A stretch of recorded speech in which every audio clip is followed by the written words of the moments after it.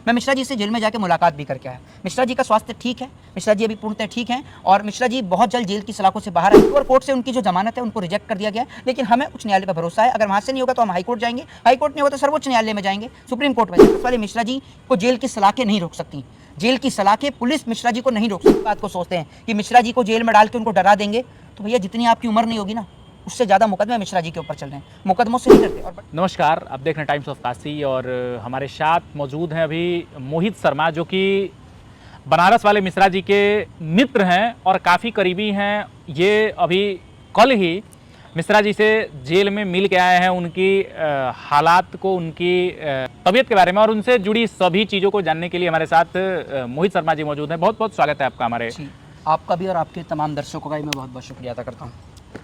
क्या ताज़ा अपडेट क्या है बनारस वाले मिश्रा जी के बारे में? देखिए, एक चीज़ मैं आपको बता देता हूँ, बनारस वाले मिश्रा जी यानी हरीश मिश्रा जी, वो आवाज़ को उठाते हैं। बनारस से अगर आप पत्रकार हैं तो आप मिश्रा जी को जानते ही हैं और सुनने वाले दर्शक तो जानते ही हैं। मिश्रा जी वो शख्सियत हैं, अगर आज बनारस में विपक्ष की बात करें तो बनारस में विपक्ष का दूसरा नहीं पहला नाम और एकमात्र नाम सिर्फ बनारस वाले मिश्रा हरीश मिश्रा है। क्योंकि बनारस कोई आम सरजमी नहीं है, बनारस वो ज़मीन है, वो धरती है जहाँ से खुद प्रधानमंत्री नरेंद्र मोदी सांसद हैं।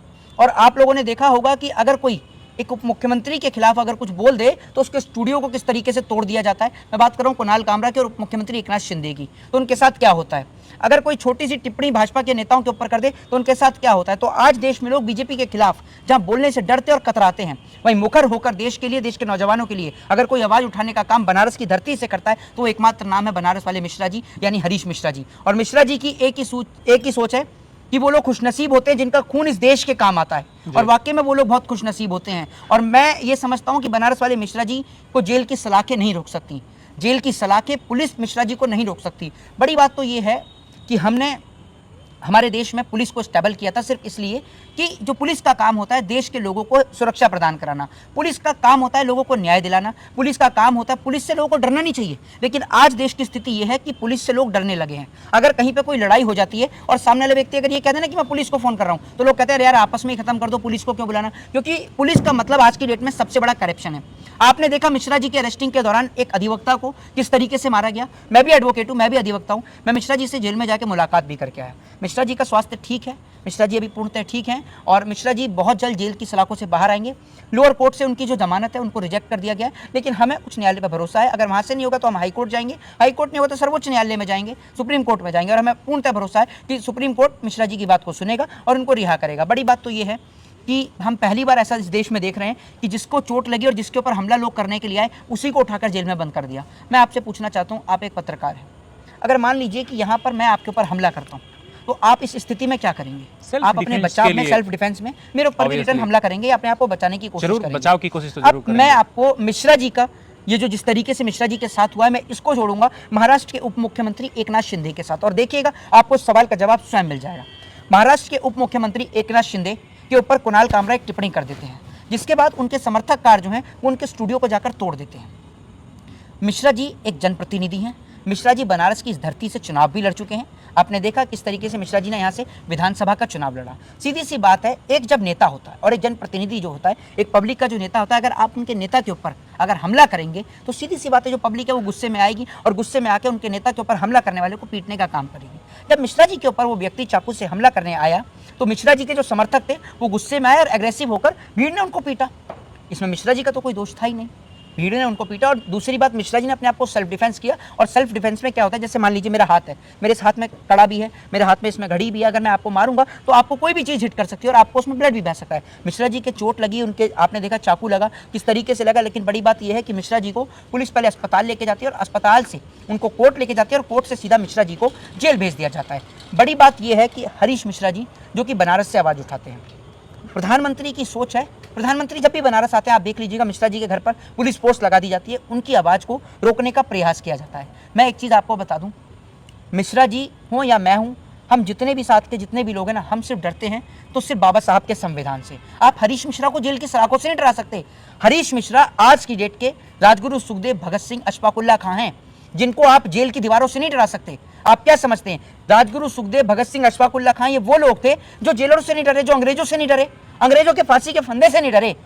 तो आपको लगता है कि ये मिश्रा जी जो है वो इनसे डरेंगे? अगर हम डरते हैं तो संविधान से डरते हैं। और अगर आप ये सोचते हैं कि मिश्रा जी की आवाज़ को आप जेल की सलाखों में कहीं गुप्त कर दोगे, तो मैं आपको एक चीज़ बता दूं, अगर मिश्रा जी जल्द से जल्द बाहर नहीं आए तो सरकार इस बात को अपने जहन में बिठा ले कि देश में एक बड़े आंदोलन की तैयारी होगी। क्योंकि आप उसके लिए भले ही हमें भी जेल की सलाखों के पीछे डाल दें, हम जेल से नहीं डरते। हम आज इस देश में न्याय चाहते हैं, हम नौजवानों के लिए न्याय चाहते हैं, हम बहन बेटियों के ऊपर हो रहे अत्याचार के लिए न्याय चाहते हैं, और हम सबसे बड़ी बात एक ऐसी सोच, एक ऐसी मानसिकता से आज़ादी चाहते हैं जो आज़ादी इस देश में फूट डालने का काम कर रही है। वो आज़ादी कैसी आज़ादी? एक भाई को जहां दूसरे भाई से लड़ाया जा रहा है, नफरत के इस दौर में मिश्रा जी उस नफरत को बनारस से समाप्त करना चाहते हैं। काशी के घाट पर रात को 12 बजे निकल जाइए, चाहे सुबह के 5 बजे निकल जाइए।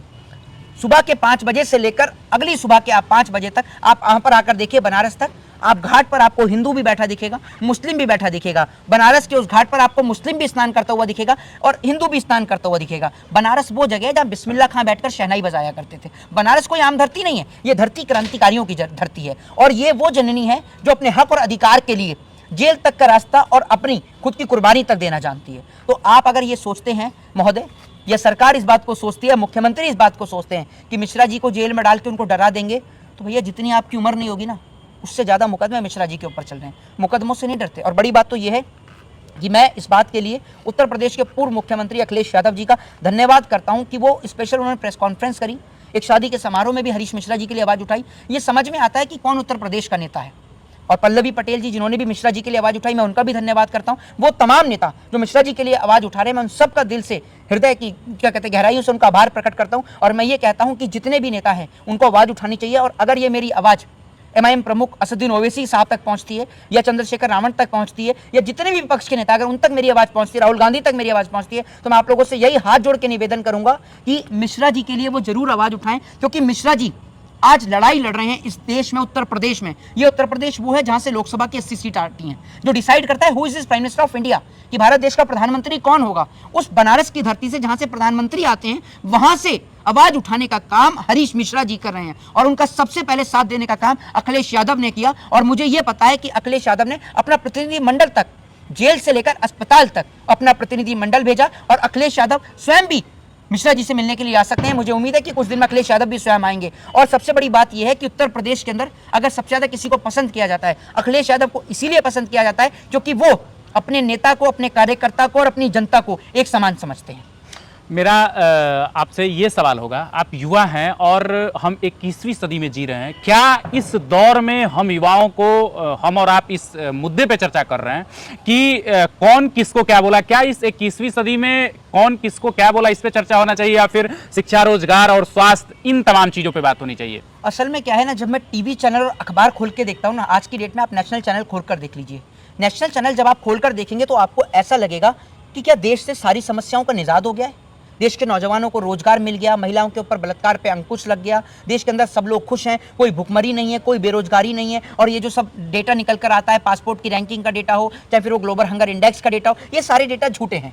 ऐसा देखकर लगता है सिर्फ नेशनल चैनल को, और सिर्फ ये लगता है कि देश की सबसे बड़ी समस्या जो है वो मुसलमानों को बताया जा रहा है। एक बात मुझे समझ में नहीं आई, जिस देश की आज़ादी के लिए मुसलमानों ने अपना खून बहा दिया और बराबर की सबकी जंगें लड़ाई नहीं, तो मुझे ये समझ में नहीं आया कि जिस चीज़ से हम निकल कर आए और जिस चीज़ ने हमें गुलाम बनाया, यानी हिंदू मुसलमान जब आपस में लड़े तो ये देश गुलाम हुआ अंग्रेजों का, तो मुझे ये समझ में नहीं आ रहा हम वो चीज़ वापस से क्यों दोहरा रहे हैं, हम क्यों आपस में लड़ रहे हैं। तो फिर ऐसे स्टेटमेंट जो राणा सांगा को लेके शुरू से विवाद तो यहीं से शुरू हुई कि एक बार जो है राणा सांगा के बारे में संसद महोदय के द्वारा एक बयान दिया गया जिसमें उन्हें गद्दार बताया गया। उस मुद्दे को लेके फिर बनारस वाले मिश्रा जी ने कुछ कहा, बाद में करणी सेना और जो भी आरोप लगाए जा रहे हैं करणी सेना के द्वारा या मिश्रा जी के द्वारा जो भी चीज़ें, तो मैं आपसे ये पूछना चाहता हूँ कि क्या और जो है विकास मुद्दे नहीं रहे, क्या उन्हीं मुद्दों पे बात करने से हमें वोट मिलती है या फिर ध्रुवीकरण की राजनीति की जा सकती है? देखिए मैं आपको एक चीज़ बताता हूँ, आप ना भाजपा का इतिहास उठाकर देख लीजिए। भाजपा की जो राजनीति जो स्टेबल हुई है वो हुई है नफरत से, ये बात आप समझ लीजिएगा। और इस पे मेरे को, आप जब बनारस बैठे तो मुझे एक चीज़ याद आती है कि जिस तरीके से आपने देखा होगा कि बनारस में एक घाट है जहाँ पर चिता की अग्नि कभी भी शांत नहीं होती। क्या नाम है उस घाट का? दशाश्वमेध में एक घाट जी। तो आप ये समझ लीजिए कि जिस तरीके से उस घाट की अग्नि, कभी चिता की अग्नि वहाँ कभी शांत नहीं हो सकती, भाजपा की नफरत की राजनीति भी कभी शांत नहीं हो सकती। आपने देखा होगा अटल बिहारी वाजपेयी एक टाइम पर सेकुलर होने लगे थे। सेकुलर जब अटल बिहारी वाजपेयी होने लगे थे तो राजनीति में वो हार गए थे इलेक्शन। आपने वो देखा होगा, उसको इतिहास में पढ़कर देखिएगा। भाजपा की राजनीति जो सदैव रही है वो नफरत की राजनीति रही है। प्रधानमंत्री नरेंद्र मोदी हों, चाहे देश के गृह मंत्री अमित शाह हों, चाहे उत्तर प्रदेश के मुख्यमंत्री योगी आदित्यनाथ हों, चाहे फिर वो भाजपा के कुछ ऐसे नेता, टिचकुले नेता, चाहे फिर वो उनके अंधभक्त क्यों ना हो, सबका एकमात्र काम देश में नफरत फैलाने का है। जिस दिन भाजपा एजुकेशन, हेल्थ और डेवलपमेंट पे बात करने लग गई, उस दिन भाजपा का पतन तय है। क्योंकि एजुकेशन, हेल्थ और डेवलपमेंट पे कुछ भाजपा ने काम ही नहीं किया है। आप ये सोच लीजिए ना, एक उत्तर प्रदेश के मुख्यमंत्री का, आज मैं अखिलेश यादव जी को बता देता हूँ कि उनकी हार का कारण क्या रहा है।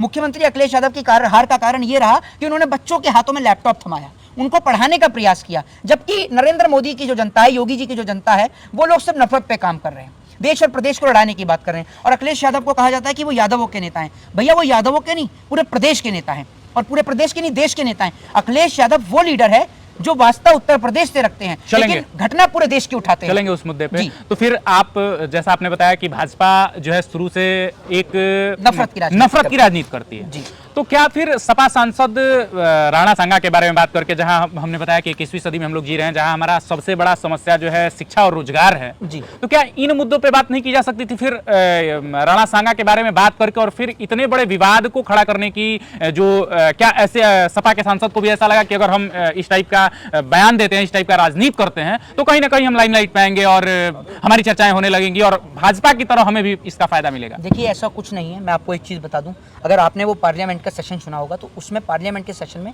जो चर्चा हो रही थी वो औरंगजेब पर हो रही थी। और पार्लियामेंट में आपको पता ही है जो मुद्दा है उसी पर आप बोलेंगे। आप एजुकेशन, हेल्थ और की तो चर्चा ही नहीं कर सकते। और मुझे नहीं लगता पार्लियामेंट में लास्ट टाइम कब हमने शिक्षा, बेरोजगारी और महंगाई के मुद्दे के बारे में सुना होगा। मुझे याद नहीं है वो मुद्दा, शायद आपको याद हो तो आप मुझे बता दीजिए और अपने दर्शकों को बता दीजिए। आपको भी याद नहीं होगा, खैर किसी को भी याद नहीं है। तो बात ये रही कि लोगों को अपनी बोलने की आज़ादी है, देश में अभिव्यक्ति की आज़ादी है। भारत देश का संविधान आपको राइट टू स्पीच की, राइट टू फ्रीडम की आज़ादी देता है, लोगों को बोलने की आज़ादी। अगर मेरे शब्दों से किसी की भावना को ठेस पहुंचती है तो ये बात मैं करनी सेना के लिए भी कह रहा हूँ, मिश्रा जी के लिए भी कह रहा हूँ। अगर कोई ऐसी बात बोलता है कि जिससे मेरे शब्दों से किसी को ठेस पहुंच रही है तो भैया देश में न्यायपालिका है, कोर्ट है, कचहरी है, आप वहां जाके एफआईआर दर्ज कराइए, कोर्ट से इंसाफ की मांग करिए और कोर्ट आपको इंसाफ देगा। लेकिन आप अगर किसी के ऊपर हमला करते हैं वो गलत है। मोहित शर्मा राणा सांगा को गद्दार मानते हैं या फिर देशभक्त? देखिए मैं आपको एक चीज़ बताता हूँ, मोहित शर्मा की जो आप आवाज़ को सुनेंगे ना, मोहित शर्मा की जो आवाज़ को आप सुनेंगे तो वो आपको शिक्षा पे सुनाई देगी, एजुकेशन पे सुनाई देगी, हेल्थ और डेवलपमेंट पे सुनाई देगी। दूसरी बात ये कि मैं एडवोकेट हूँ, ठीक है, और मेरा काम जो होता है, एक एडवोकेट का काम जो होता है वो अधिकारों की लड़ाई को लड़ने का होता है। मैं यहाँ पर किसी को सही, किसी को गलत कहने के लिए नहीं बैठा हूँ। मैं यहाँ पर दूसरी बात ये कि जो चीज़ें इतिहास में बीती, हम अगर इतिहास को कुरेदेंगे तो हमारी आज की आने वाली जनरेशन बर्बाद हो जाएगी। इतिहास में जो हुआ, इतिहास किसको कहा जाता है? जो बीत गया। और हम बीते हुए पे चर्चा करेंगे क्या? अगर आप बीते हुए पे चर्चा करना चाहते हैं तो बीते हुए दौर में तो भैया बैलगाड़ी पे लोग चलते थे, कैमरा फोन हुआ ही नहीं करता था, लोग पीपल के पत्ते भी पहन के घुमा करते थे। तो बीते दौर पे हमें चर्चा नहीं करनी, हमें ये सोचना है कि हम अपनी आज की आने वाली पीढ़ी को क्या देंगे। और बड़ी बात यह है कि जब हम बात करते हैं किसी भी जाति, किसी भी धर्म की या किसी भी कौम की, तो उनका एक कॉन्ट्रीब्यूशन भी रहा है।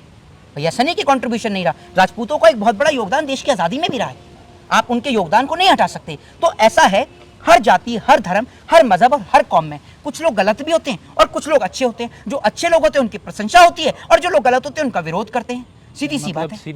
एक बात मैं आपसे ये कहना चाहता हूँ, मैं यहाँ पर किसी को सही या किसी गलत की, दूसरी बात ये, सबसे बड़ी बात ये कि जिस चीज़ पर मैंने पढ़ा नहीं है, जब तक मैं पढ़ता नहीं हूँ तो मैं किसी को सही या किसी को गलत कहने की अनुमति मेरे पास में नहीं है और आपके पास में भी नहीं है। दूसरी बात ये है कि हम विवादों के जो है ना, विवाद हम करना चाहते हैं तो शिक्षा के ऊपर, विवाद हम करना चाहते हैं तो नौकरी के ऊपर, रोजगार के ऊपर। हम किसी के ऊपर टिप्पणी करने वाले कौन होते हैं? बड़ी बात यह है जी। योगी आदित्यनाथ को लेके मोहित शर्मा के क्या विचार हैं? योगी आदित्यनाथ जो लीडर हैं और प्रधानमंत्री नरेंद्र मोदी जो नेता हैं, ये दोनों जो है ना, आप ये समझ लीजिए, पहली बात तो आपको ये समझनी होगी कि लीडर और नेता में जमीन आसमान का अंतर होता है। जैसे मिश्रा जी नेता हैं, अखिलेश यादव नेता हैं, योगी आदित्यनाथ लीडर हैं, प्रधानमंत्री मोदी लीडर हैं। लीडर और नेता में ये अंतर है, नेता का मतलब होता है जो जमीन से जुड़ा होता है और लीडर का मतलब होता है जो भैया अपने ताजबाज में रहता है, जैसे मोदी जी हैं, योगी जी हैं। अब आप एक बार देखिए योगी आदित्यनाथ का दोहरा चरित्र मैं आपको समझाता हूँ। योगी आदित्यनाथ एक और तो विधानसभा में खड़े होकर मुस्लिम भाइयों को कटमुल्ले बोलते हैं, सुना होगा आपने वो स्टेटमेंट। भाई दूसरी ओर उनके प्रदेश के अंदर, लखनऊ के अंदर, राजधानी के अंदर एक लुलु मॉल नाम का एक मॉल है जिसका उद्घाटन करने के लिए यूसुफ भाई के साथ गाड़ी में घूमते हुए नजर आते हैं और इतनी जल्दी में जाते हैं कि भगवा गमछा भी डालना भूल जाते हैं। तो एक और तो गरीब मुसलमानों को कटमुल्ले कह दो और अमीर मुसलमानों के साथ गले मिलकर उनके साथ गाड़ी में बैठ के घूमो। एक बात मुझे बताइए, एक और तो अपने आप को योगी जी हिंदुओं का नेता कहते हैं ना, बता दीजिए उत्तर प्रदेश के पूरे प्रदेश में कौन से हिंदू की दुकान का उद्घाटन करने के लिए मुख्यमंत्री योगी आदित्यनाथ पहुंचे? कितने हिंदुओं की दुकानों का उद्घाटन किया, जरा मुझे ये तो बता दीजिए।